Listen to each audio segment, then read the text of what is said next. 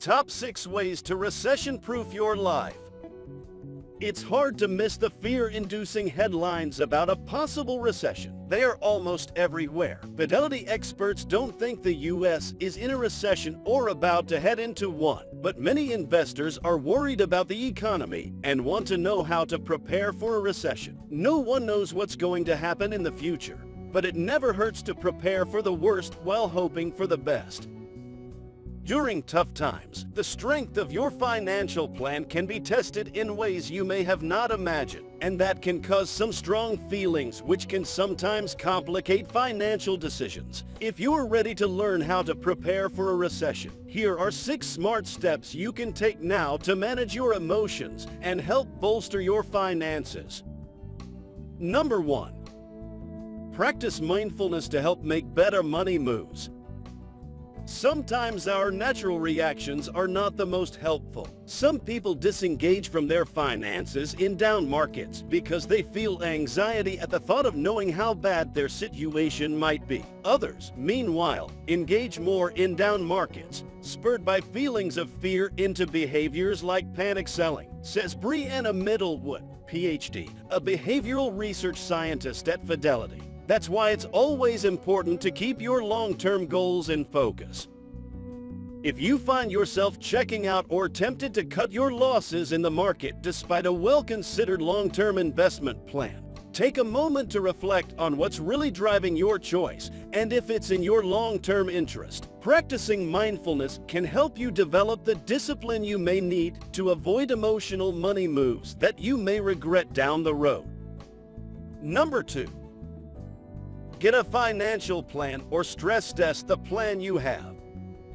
If you don't have a financial plan, it can make sense to build one and adjust as needed along the way. Planning can help you see where you stand now and give you a roadmap to a financially secure future. As part of the planning process, you can test the impact of various market and economic scenarios on your financial well-being. For instance, calculating the amount you may need to save to hit your major goals if some factors change.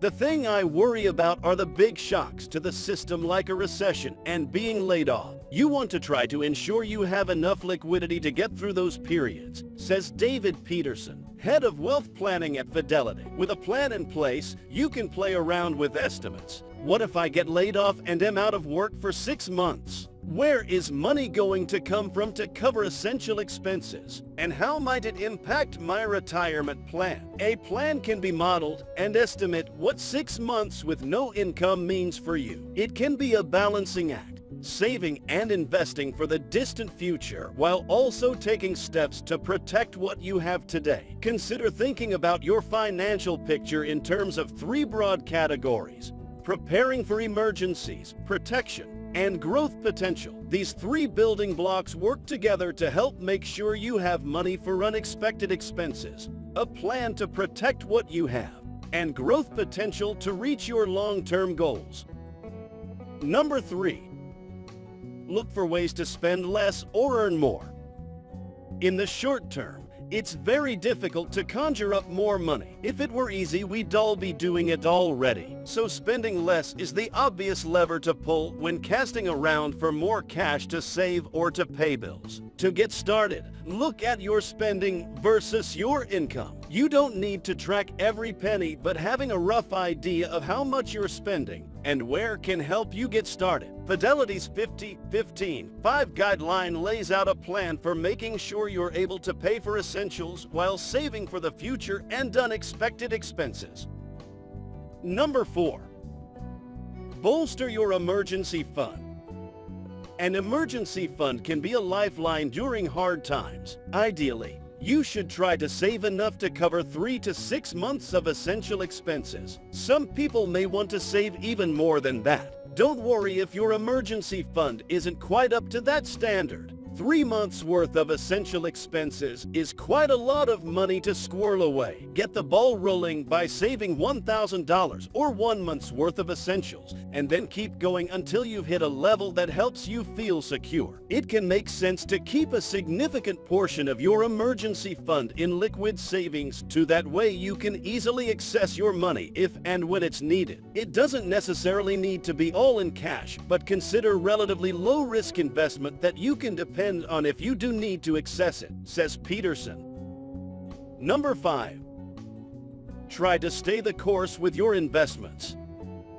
Investing for the long term takes some belief that things are going to be okay in the future, though it can be disconcerting and even upsetting. Market volatility is a regular part of life in the stock market. Looking on the bright side, the stock market has had more up years than down years historically. But there's a trade-off. Stock prices don't go straight up forever, they tend to fall a bit a few times per year. Corrections of up to 15% may occur every few years. Sometimes the market goes down more than 20%. Those events tend to be rare, but are not entirely unprecedented. A decline of more than 10% but less than 20% is called a correction. A decline of at least 20% from the market's high point to the low is known as a bear market. Historically, the stock market has produced positive returns following significant corrections and bear markets. And that is one reason why it can be a good idea to stick with your investment plan through market ups and downs.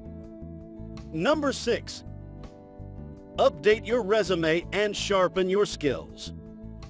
Slowing economic growth can mean layoffs, but the good news is that the labor market is still going gangbusters as of July. Though layoffs have hit some fast-growing tech companies, the latest government employment data continues to reflect more job openings than workers. That doesn't mean it's always easy to find a great job, but the overall picture is still strong. Job openings hit a high point in March and eased in the April and May readings of the Bureau of Labor Statistics Job Openings and Labor Turnover Survey. As of May, more than 11 million jobs remain open. Before 2021, the highest reading for the past decade was 7.5 million job openings in November 2018.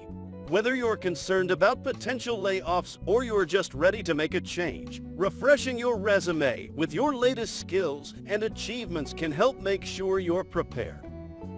Thanks for watching, and please click on the subscribe button if you liked this video and turn on the notification so you don't miss out on our next video.